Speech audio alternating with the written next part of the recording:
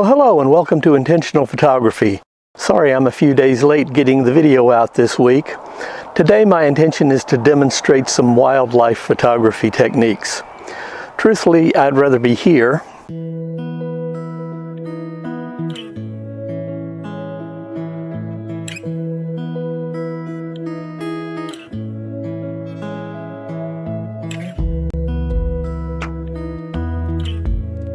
In fact, I was there on Friday when I took that panorama.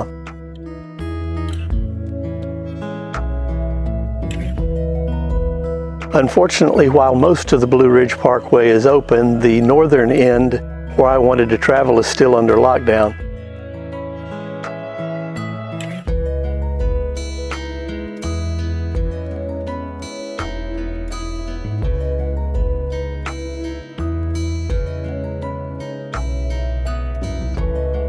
So I decided to make this week about some tips to improve your wildlife photography.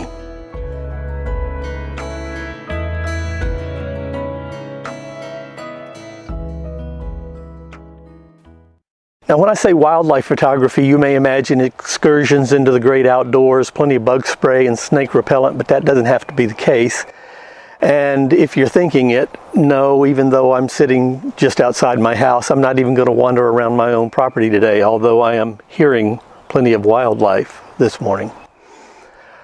Local parks provide many opportunities, and some include large wooded areas that provide habitat for many kinds of wildlife. Now shortly I'm going to travel into Richmond, about 11 miles from home, but really only about a mile away from my wife's office. My point is, most of us probably don't need to travel very far to have an opportunity for wildlife photography. Now before we go, let me give you a few tips and goals for today's shoot. That's the intentional part of today's video. Now first, when you're shooting wildlife, to get the best images, you want to use manual focus. Even if your camera has amazing autofocus capabilities, when you're photographing wildlife, it's critical to get at least one eye in focus.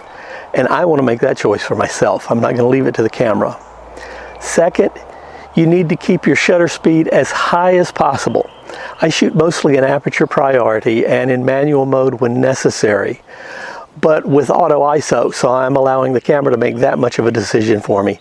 This way I can concentrate on focus and depth of field, and I can keep the shutter speed fast enough to freeze motion, because particularly when you're getting small birds in the frame, they are much faster than larger birds like ducks and geese. You're going to want a shutter speed of at least 1/125th of a second, and even then you're gambling a bit. Higher is always better. The third item, when you're shooting wildlife, if at all possible, get at their eye level, even if you're shooting pets. This will make for a much better composition.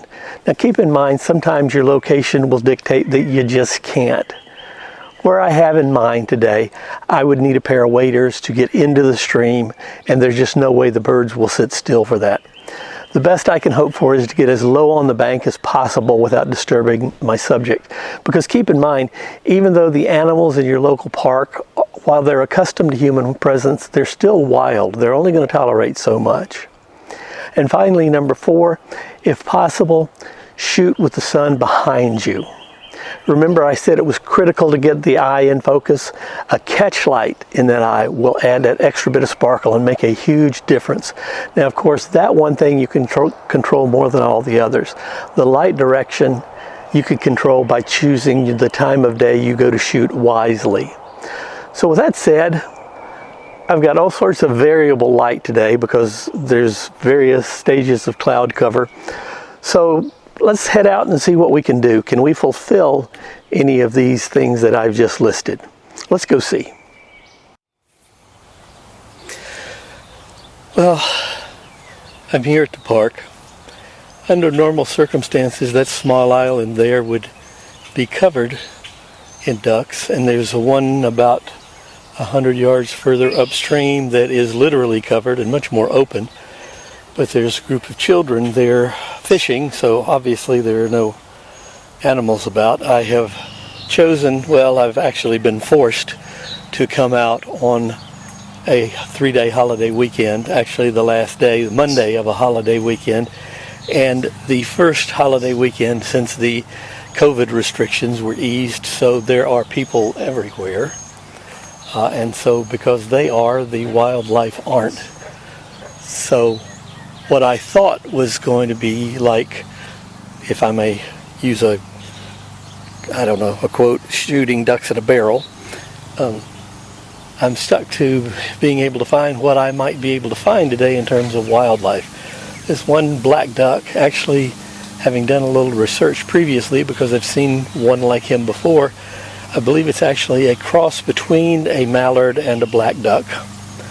But he's doing a bit of preening himself, but so far I haven't seen much except a couple of frogs that I've excited as I came down here to the bank. But he's doing a bit of posing, so maybe I can get some stills that will be usable, but I'm also going to have to look for things like the normal birds that would be around, cardinals, robins, and whatever else I might be able to find, the odd squirrel here or there. So I want to do some stills and give you guys some video to see a bit of what this park looks like. A lot of it is natural, but there are soccer fields and everything else, so there's a bit of everything for anyone here. But got this one guy being cooperative, but I'm not sure what else we might find, so let's check that out.